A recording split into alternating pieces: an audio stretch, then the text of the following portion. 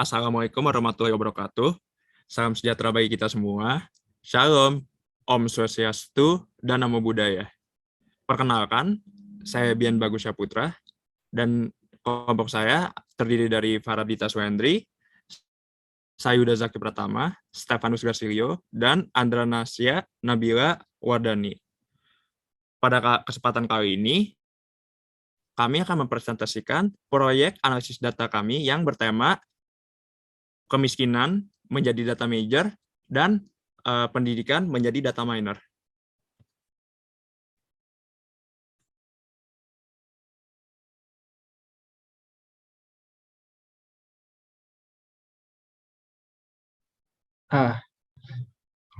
Jadi kemiskinan adalah kondisi dari seseorang yang tidak mampu untuk memenuhi kebutuhan dasar yang meliputi kebutuhan makanan maupun kebutuhan non-makanan. Kemiskinan memiliki 4 jenis, yaitu kemiskinan absolut, relatif, kultural, dan struktural. Kelompok kami akan membandingkan tingkat kemiskinan di Jakarta tahun 2021 dengan tahun 2020.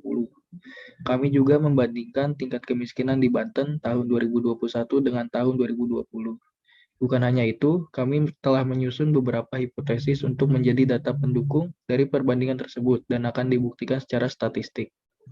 Data yang kami gunakan adalah persentase penduduk miskin menurut kabupaten atau kota yang merupakan data major kami, dan persentase penduduk buta huruf menurut provinsi, merupakan data minor kami.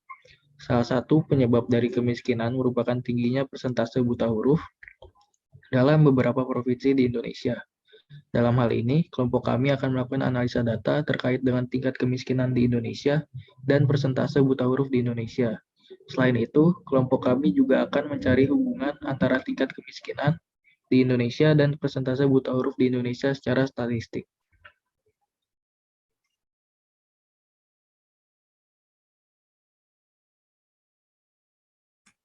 Selanjutnya, kami melakukan perbandingan tingkat kemiskinan di Jakarta pada tahun 2021 dan tahun 2020.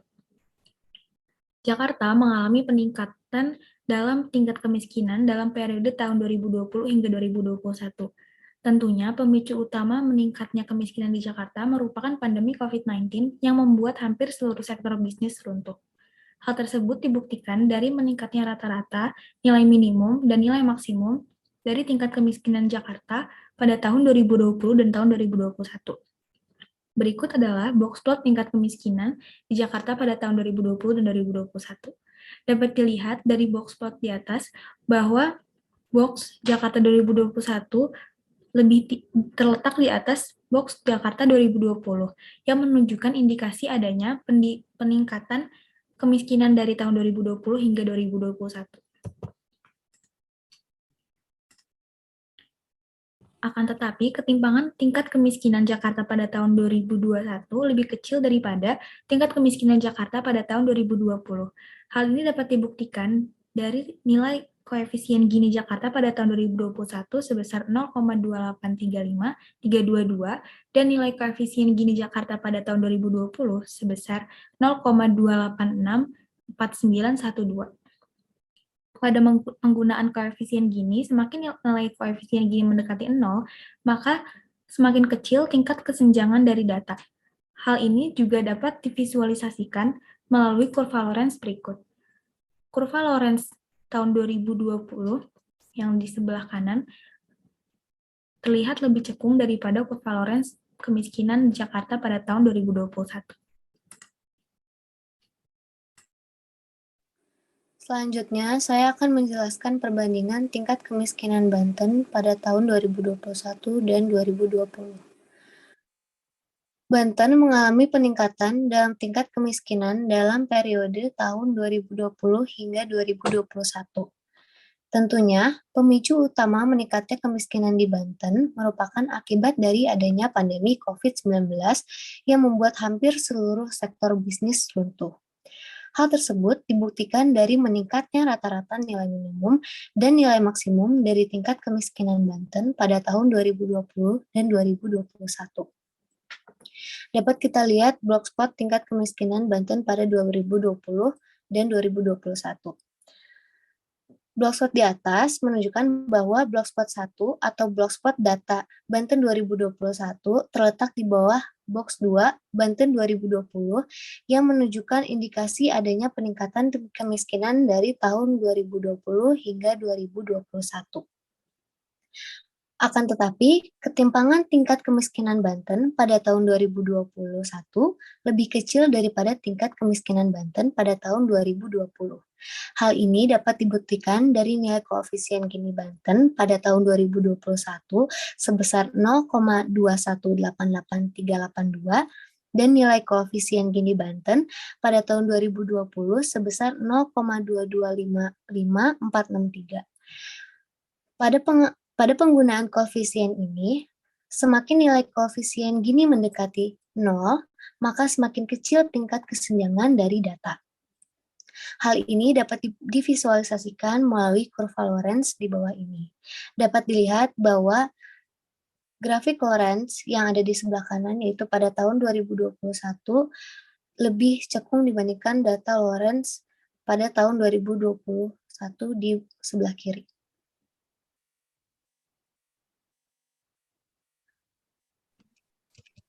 Selanjutnya, kami akan menguji hipotesis dari beberapa hipotesis yang telah kami buat. Pada hipotesis pertama, kelompok kami berasumsi bahwa tingkat kemiskinan di Provinsi DKI Jakarta pada tahun 2021 lebih rendah dibandingkan dengan tingkat kemiskinan di Provinsi Banten pada tahun 2021. Data yang kami dapatkan menunjukkan indikasi bahwa variansi tidak diketahui dan diasumsikan variansinya berbeda. Maka dari itu, kami akan membuktikan hipotesis kami melalui Welch test.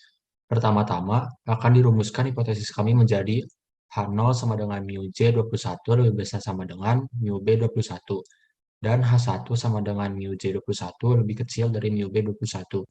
Lalu kami memutuskan untuk mengambil resiko kesalahan sebesar atau nilai alfa sebesar 5%. Kemudian, akan dicari derajat kebebasan dari data tersebut dengan mencari nilai dari V. Didapatkan derajat kebebasannya sebesar 8,0107 dan akan dibulatkan menjadi 8. Langkah selanjutnya adalah menentukan daerah kritis dari data tersebut menggunakan RStudio dengan memasukkan kode Qt. Didapatkan daerah kritis sebesar minus 1,859548. Selanjutnya akan dicari nilai dari TX untuk pembuktian hipotesis menggunakan kode t-test. Didapatkan nilai dari TX sebesar minus 0,038778. Dari hasil nilai TX dan QT dapat diinterpretasikan bahwa hipotesis dari kami benar. Hal ini disebabkan oleh nilai dari TX tidak termasuk dalam daerah kritis dari data tersebut. Dengan nilai p-value sebesar 0,5359, maka nilai p-value lebih besar daripada nilai alfa yang sebesar 0,05. Jadi dapat dipastikan hipotesis kami benar secara uji statistik dan analisa p-value. Uji hipotesis pertama dapat divisualisasikan dengan gambar berikut.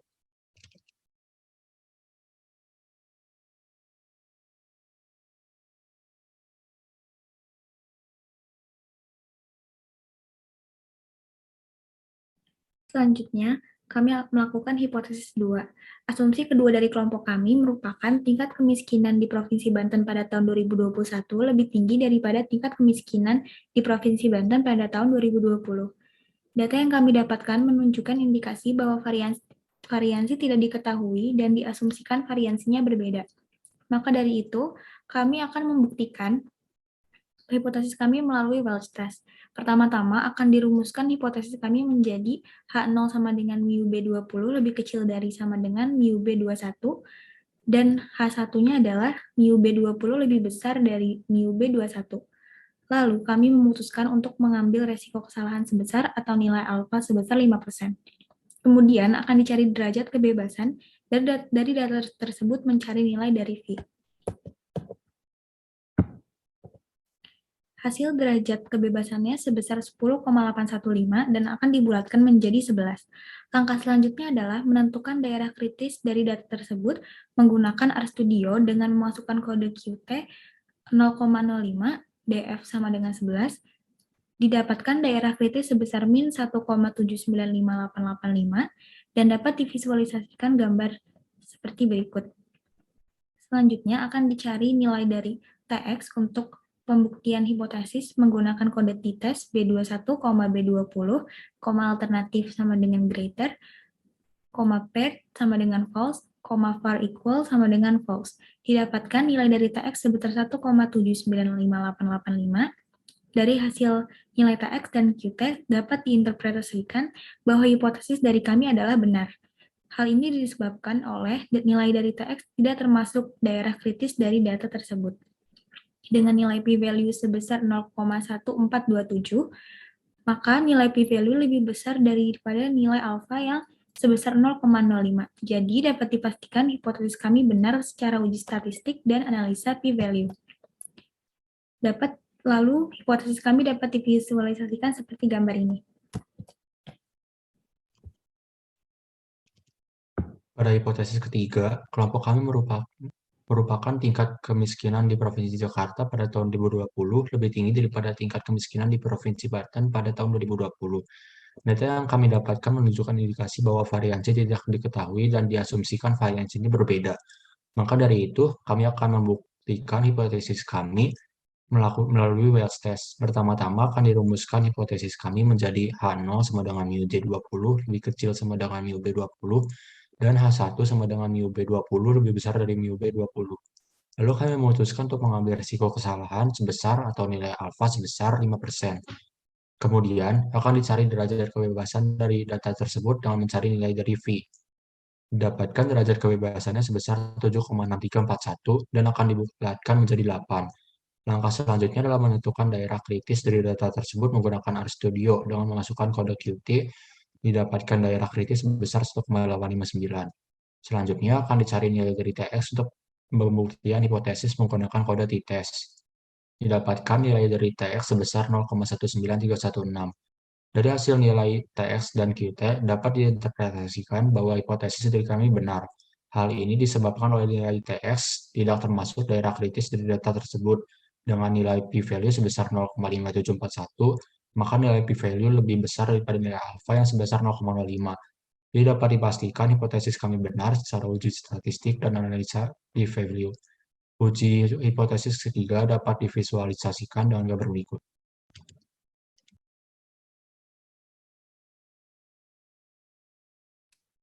Kelompok kami memutuskan untuk mencari analisis regresi linear dari tingkat kemiskinan di Indonesia yang sebagai data major dan persentase buta huruf di Indonesia yang sebagai data minor. Dalam kasus ini, tingkat kemiskinan merupakan dependent variable, sementara persentase buta huruf merupakan independent variable. Kelompok kami mengasumsikan bahwa adanya hubungan kuat dari tingkat kemiskinan di Indonesia dengan persentase buta huruf di Indonesia. Maka dari itu, kita akan buktikan dengan analisis regresi. Dalam analisis regresi kami mendapatkan model persamaan linear kami seperti gambar tersebut. Model tersebut kami tambahkan dengan perkalian logaritma natural. Untuk uji nilai, kami dapat mensubstitusikan X dengan 1 dan didapatkan Y sama dengan 9,5578. Jadi dapat dikatakan bahwa setiap penambahan satu nilai X, maka nilai Y akan berkurang sebesar 0,1536.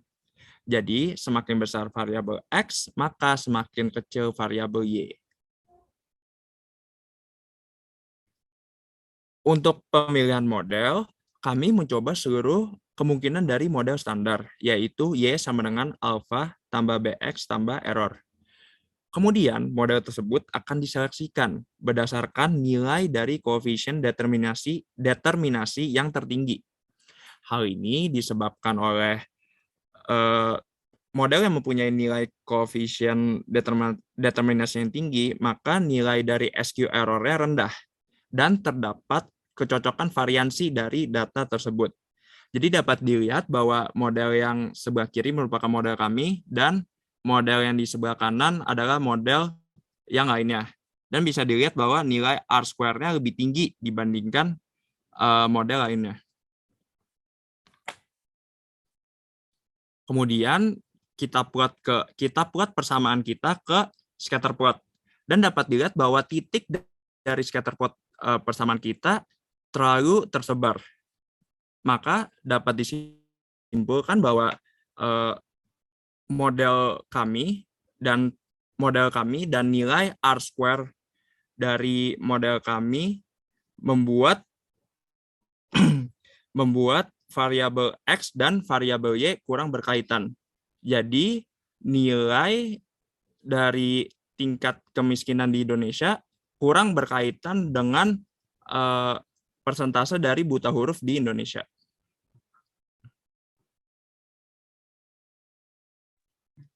Nah, setelah menganalisa data tingkat kemiskinan di Jakarta dan Banten pada 2 periode yang berbeda, dapat disimpulkan bahwa tingkat kemiskinan meningkat pada Jakarta dan Banten dalam periode tahun 2020 hingga 2021.